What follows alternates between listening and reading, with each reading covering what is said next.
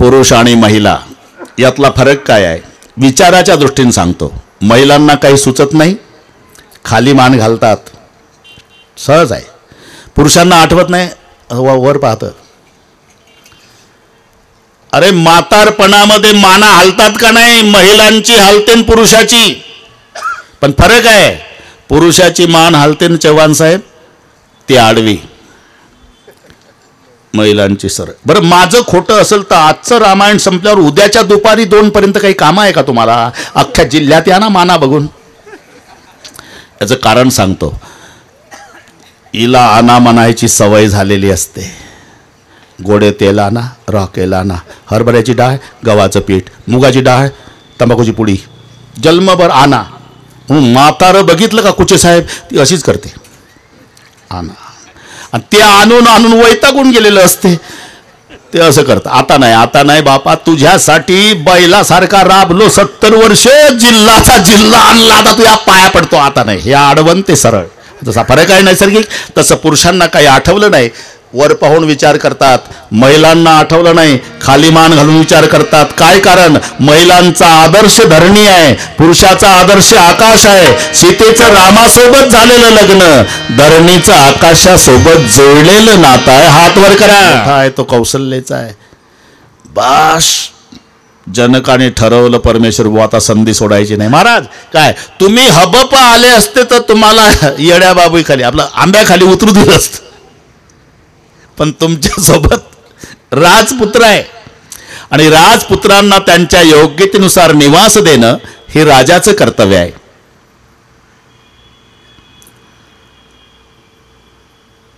म्हणून योग्य महाल दिला नाना. दुपारचं भोजन झालं. तिसरा प्रहरा रामचंद्र म्हणाले, गुरुदेव मेरा छोटा भाई लखन नगर देखना चाहता है तो दिखा करके लाओ. जाओ. आता दिखा करके लावू कोण म्हणतंय? गाईड कुठलं पाहिजे परमेश्वर बाबा? पंढरपूरचा गाईड पाहिजे ना का बदनापूरचा चालतो? मग तिथं ते म्हणतंय तुम्हाला इकडे या इकडे या इकडे या, जनाबाईचा संसार आहे इथं टाका 5 रुपये. आता इकडे या इथं सकूचा संसार टाका 10 रुपये. अरे हे जर पहिल्यांदाच आलं तर दिखा कर लावू का म्हणतं? अरे याला काय गरज आहे गाईडची? जेने हे विश्व निर्मिले महर्षी देवा संस्थापिले त्याचे उद्गार आहे, मेरा छोटा लखन नगर देखना चाहता तो दिखा करके लावू. जाओ. एकही सूचना दिली नाही. सीधे सीधे जाना, सीधे सीधे आना, समय पर आना, दंगा फसाद नहीं करना, किसी के घर मत जाना, किसी के साथ बात नहीं करना. का सूचना दिली नाही? नाना रामचंद्र आहे. विश्वामित्राला माहिती आहे माझा राम मर्यादा पुरुषोत्तम आहे, मर्यादेचं उल्लंघन करणार नाही. तुलसीजींनी प्रश्न विचारला, इथं जर कृष्ण असते तर? अरे पाया पडू पडू म्हणावं लागलं असतं, सीधे सीधे जाना, सीधे सीधे आना, दंगा फसाद नहीं करना, किसी के साथ बात नहीं करना. पण जाओ, परवानगी मिळाली. रामचंद्र आणि लक्ष्मण दोन्ही बंधू नगरात आले. पूर्ण गाव पागल झालं. सीतामाईची सखी गॅलरीमध्ये उभी आहे.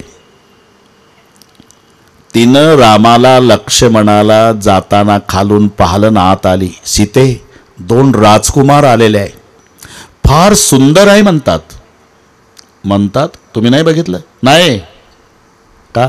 खालून चालतात ग, त्यांचे चेहरे दिसत नाही. कुठे गेले? सरळ गेले. आता मागच्या रस्त्यानं येतील, तुम्ही मागच्या गॅलरीमध्ये उभ्या राहा. अगं पण चेहरे दिसत नाही. मी सांगते ते करा. वंजळभर अक्षदान फुलं घ्या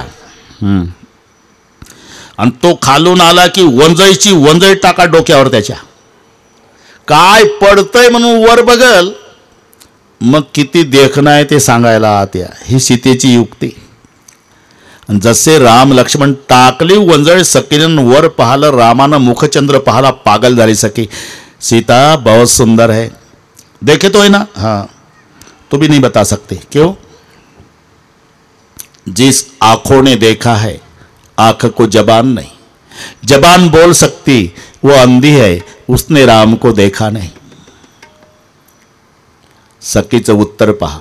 ज्या डोळ्यानं बघितलं ग त्याला बोलता येत नाही सीते. ज्या जिभेला बोलता येतं ती आंधळी आहे, तिनं रामाला बघितलं नाही. राम लक्ष्मण दोन्ही बंधू विश्वामित्राकडे येतात. रात्र संपली, सूर्योदय झाला. गुरुदेव, तुमच्याकरता राजा जनकाच्या पुष्पवाटिकेतून पूजेसाठी फुलं आणू? जाव राम, जाव लखन. परवानगी मिळाली. राम लक्ष्मण फुलं आणण्याकरता पुष्पवाटिकेत येतात. अशोकराव,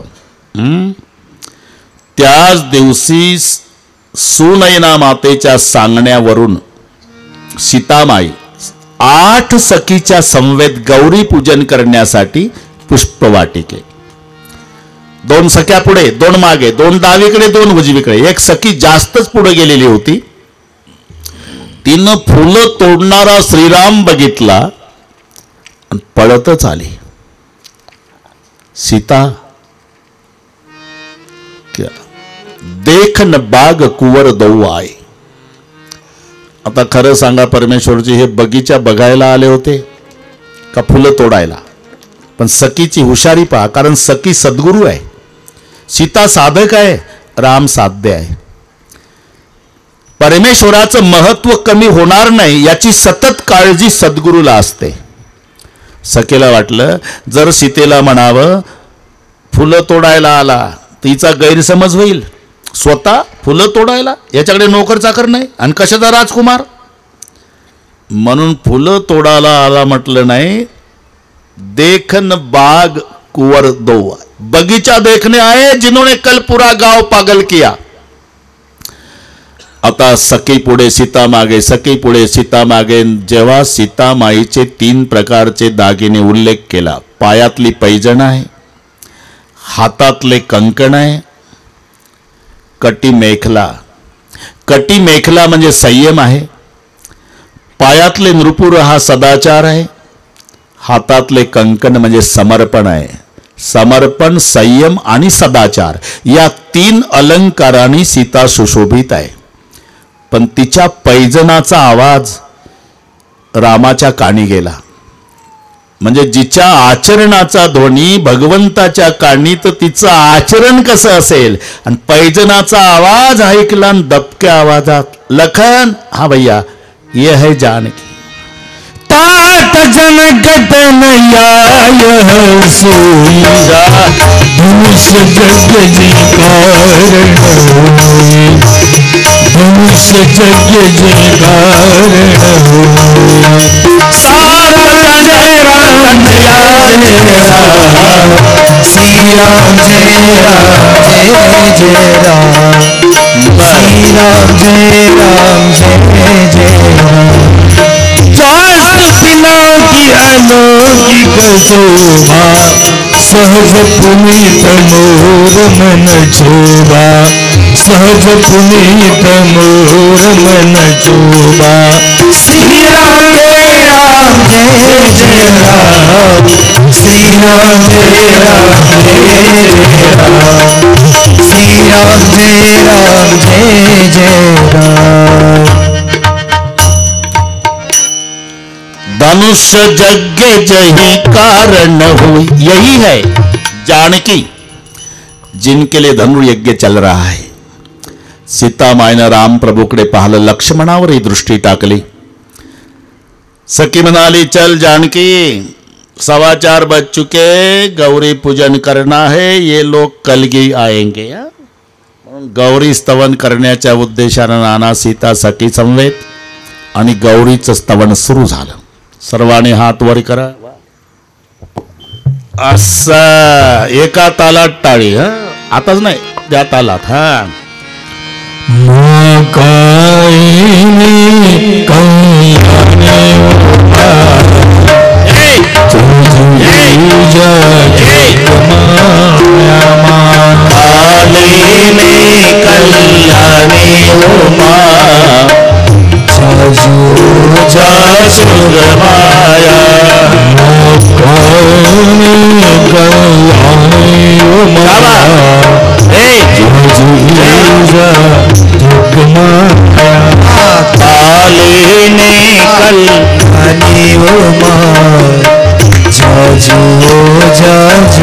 भजन करो, नाच कर बाबा.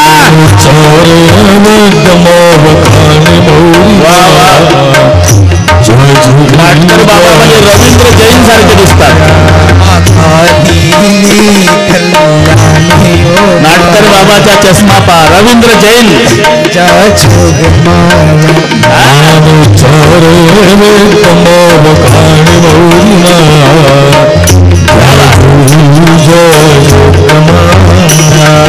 काली में कल्याणी हो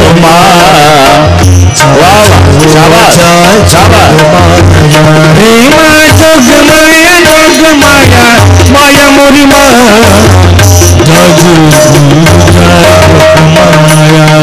काली में कल्याणी हो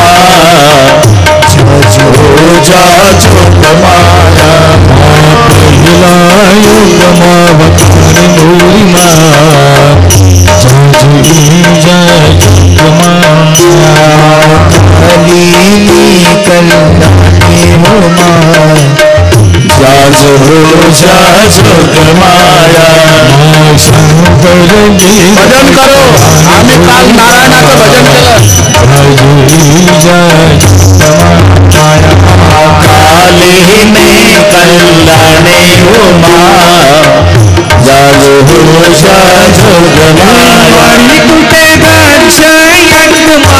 समाई मोरी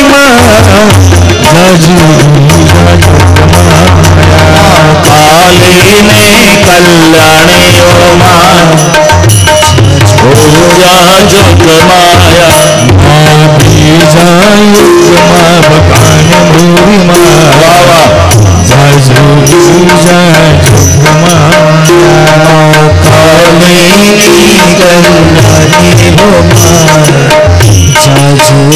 जोग माया रामचंद्र गिर पट कौशल्या माता धन्यवाद तुम्हाला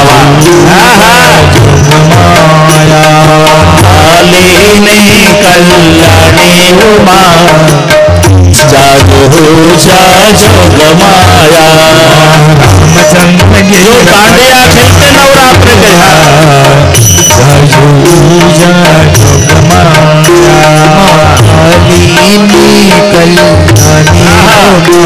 ये शूटिंग वाले मारी तुटे रावण मन मोहिमा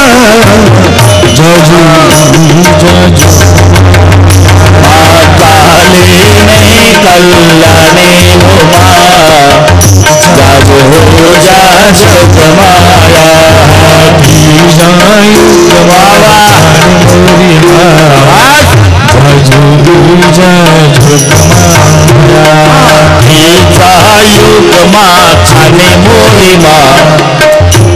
माने मोरी जोग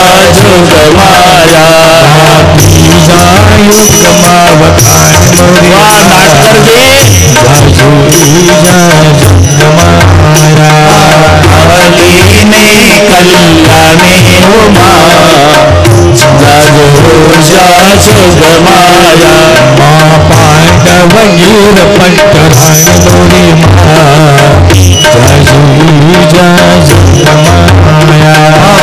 पांडव गिर पटराणी मोरी मारी तुटे तुटे खप्पर मोरी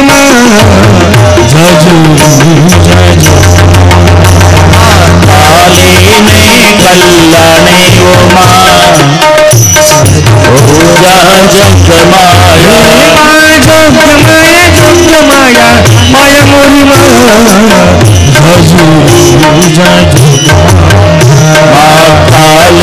में कल्याणी उमा जग माया युग पांडव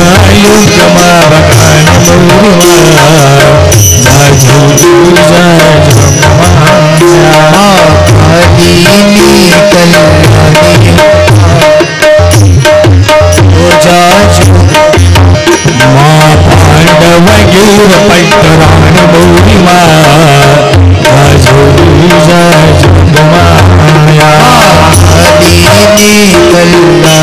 मोरी मारी टूटे टूटे खप्पर मोरी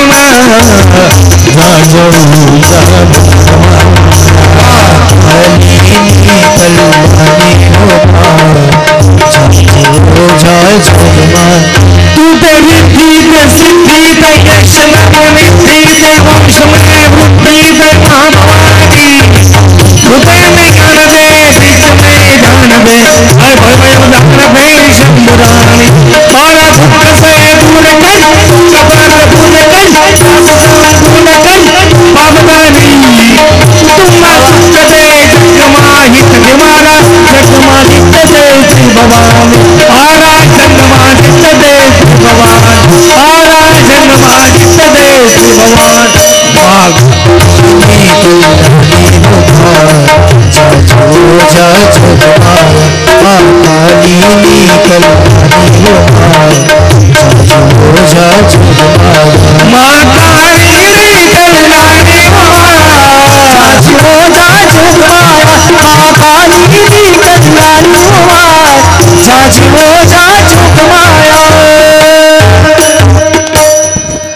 बोले गौरी माता की जय. गौरी स्तवनानंतर सीतामाईला शुभशकुन होऊ लागले. शुभशकुन म्हणजे सीतामाईचं डावं अंग चमकू लागलं. बाम अंग फरकन लगे. पुरुषाचं उजवं चमकलं पाहिजे बरं का परमेश्वरजी. महिलांचं डावा अंग चमकलं पाहिजे उजवं. डावा डोळा लवे उजवे स्फुरत तसे पाहो. नाना डावा डोळा लवे उजवी स्फुरत असे बाहो.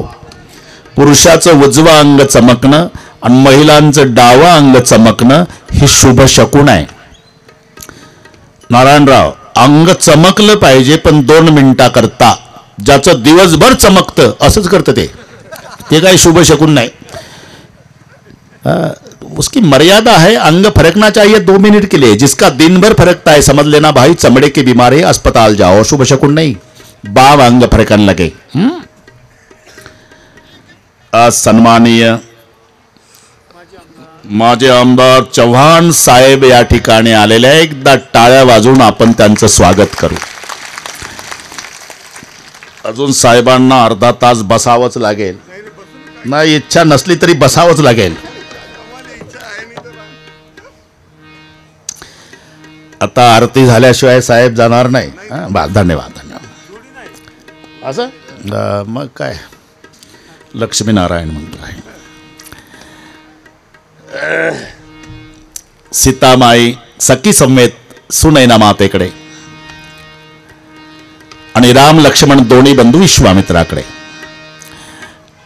विश्वामित्राने श्रीरामाला आशीर्वाद दिला. सुपर मनोरथ होई तुम्हारे. एक लक्षात ठेवा परमेश्वरजी, आशीर्वाद आणि आश्वासन मांगने के बाद जो मिलता है वो आश्वासन, न मांगते मिल जाता है आशीर्वाद. आशीर्वाद मागावा लागत नहीं, मिळत असतो. कधी? अंतकरण की विशुद्धि होने के बाद आशीर्वाद मिल जाता है. भगवान बुद्ध काशीच्या नगरसेठ कडे भिक्षेला. नगरसेठनी खीर भगवान बुद्धाला आवडत होती म्हणून खीर केली. कुचे साहेब कमंडलू ठेवला.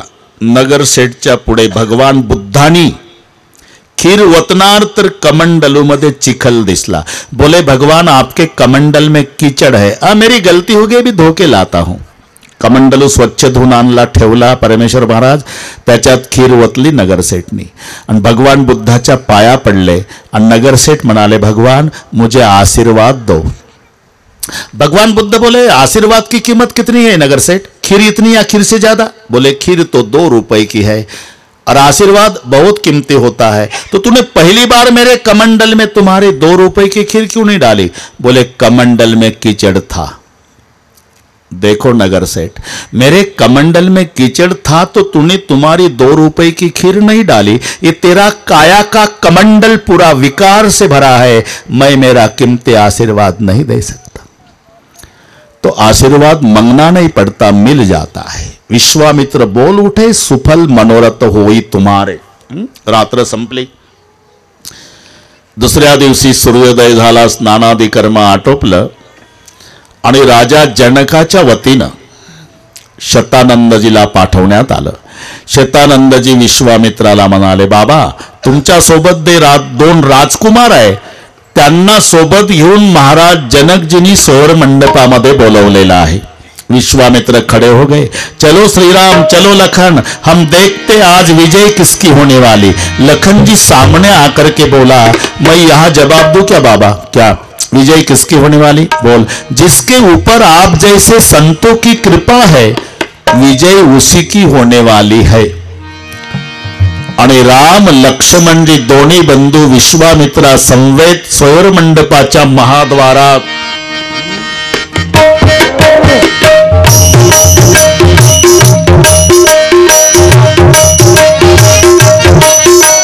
रंगभूमि आए तो भाई, अति सुध सब पुरवासी न पाई. चले सकल ग्रह काज बिसारी, बाल जुबान करत नर नारी.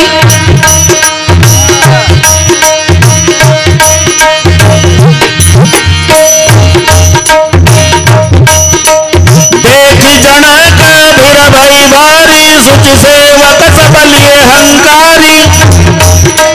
तुरंत सकल लोगन पाई जाऊ, आसन उचित देऊ सब काहू.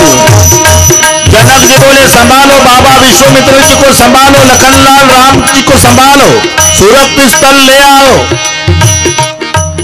उंच मंचकावर राम लक्ष्मण विश्वामित्र विराजमान, देशोदेशीचे राजा आपापल्या आसनावरती वेदिकेवरती धनुष्य सीतामाई धवल फुलाची माला घेऊन सखे समेत उभ्या.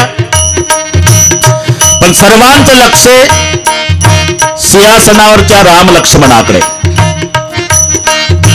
जनक जी बोले, बंदीजन मेरा पण कहो. बंदीजन म्हणजे कुल थोरवी घाणारे भाट. राजा जनकाचे भाट उठले. द्वीप द्वीप में से खंड खंड में से राजा महाराजा हमारे महाराज जनक जी के मंडप की शोभा बढ़ाने के लिए आए हो. सभी को पता तो भी बताना हमारा फर्ज है. जो धनुष को उठाएगा, प्रत्यंचा चढ़ाएगा, उसी को महाराज जनक जी की प्यारी बेटी जानकी माला पहनाएगी. आए हुए राजा लोग चंद्रमा के समान, धनुष आपके लिए राहु के समान है. बोले बंदी बचन बर, बोले बंदी बचन बर, सुनऊ सकल मई पाल. बोले बंदी बचन बर,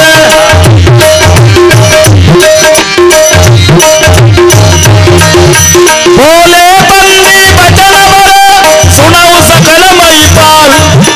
पण पिते कर कई हम, पूजा उठाए विशाल.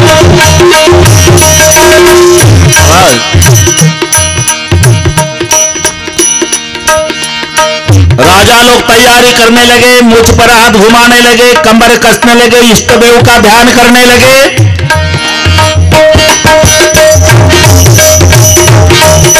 सुनी पण सकल भूपय विलासे, भट महानी अतिशय मन मागे. परिकर बांध उठे यकुलाई, चले इष्ट देवन सिर नाय.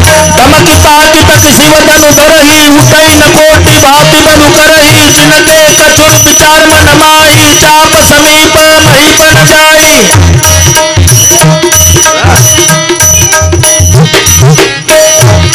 देवाच्या तांड्या इतकं धनुष्य हालत नाही नारायणराव.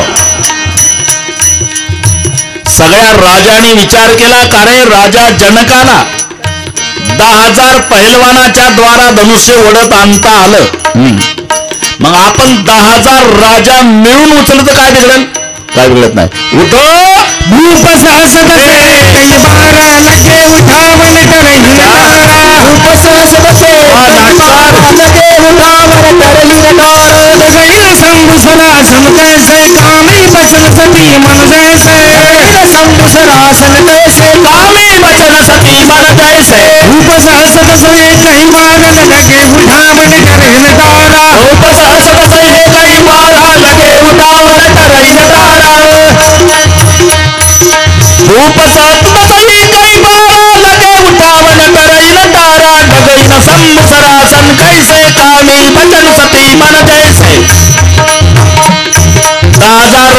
अशोकराव.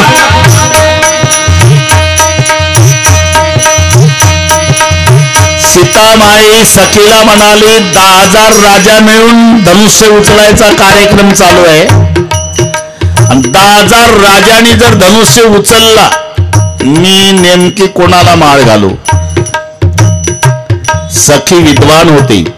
समझती क्यों नहीं जानकी 10,000 का मतलब क्या होता है. एक के ऊपर 4 शून्य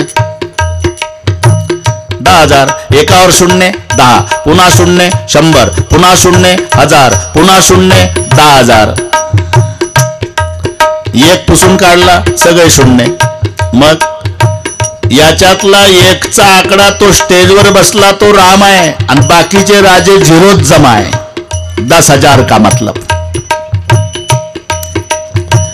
10,000 राजा मिळून उचलायचा प्रयत्न केला पण 10,000 राजांनी धनुष्य उचललं नाही. आपल्या आपल्या जागेवर उतरल्या चेहऱ्यानं रति को रति बिन मानव यत रति को रति बिन मानव यत रति रति बिन राज रति बिन गाय रति बिन मानव लागत रति को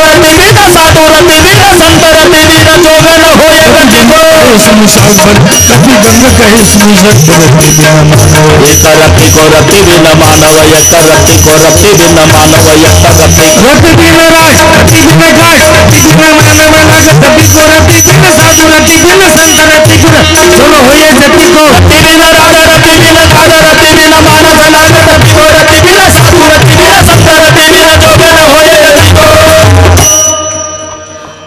कुचे साहेब उतरल्या चेहऱ्यानं सगळे राजे आपल्या आपल्या आसनावर येऊन बसले. सगळे शांतता बसली. कोणी उठत नाही. शेवटी राजे जनक उठले.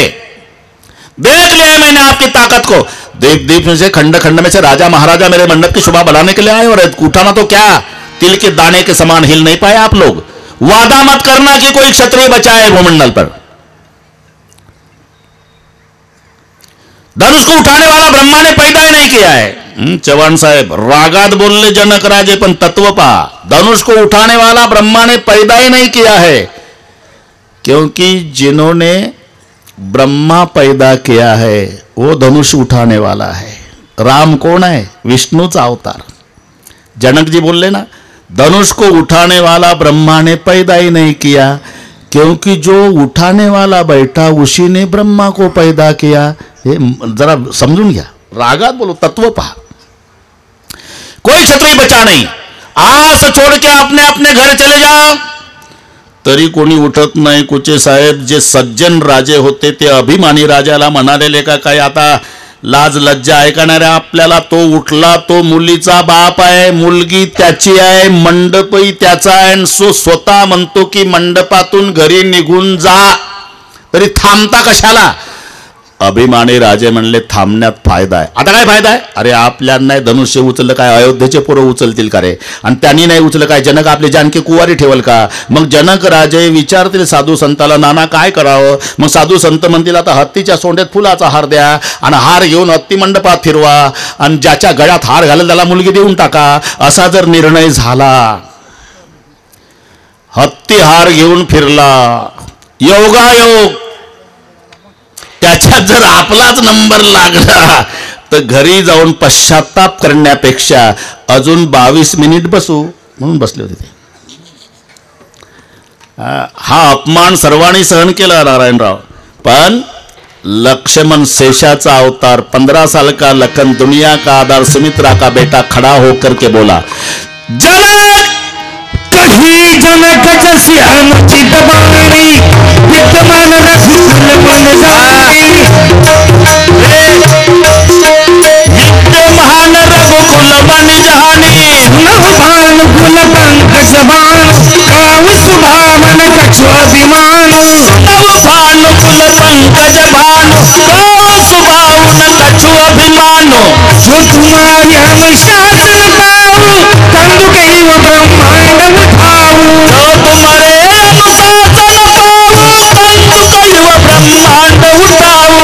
जनक कही जैसे अनुचित बाणी विद्यमान रघुकुल जानी. जनक कही जैसे अनुचित बाणी विद्यमान रघुकुल जानी. लखन सकोप बचन जब बोले जग मगाही मही गज डोले. लखन सकोप बचन जब बोले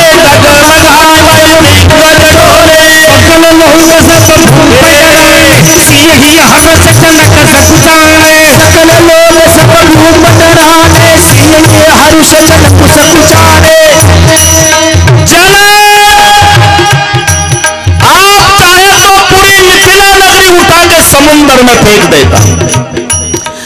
इतनी ताकत रघुवंश में है, मेरे बड़े बहन रामचंद्र यहाँ विराजमान है। आप ऐसी बात करें, कोई क्षत्रिय बचा नहीं भूमंडल पर। सगळीकडे शांतता पसरली नारायणराव, पण लक्ष्मणाच्या लक्षात आलं, आपण उठताना दादाची रामाची परवानगी न घेता उठलो। माझ्या बापाच्या वयाचे जनक रागाच्या भरात एकेरी भाषेत जनक म्हटलं। माझा भाऊ राम रागावला तर नसेल म्हणून लक्ष्मणानं रामाकडे पाहिलं तर राम हसत होता। आणि चव्हाण साहेब, रागातल्या माणसाला जर कोणी हसलं, राग कमी ना डबल भडकत। आता बिघडला लक्ष्मणराव। बोला भैया।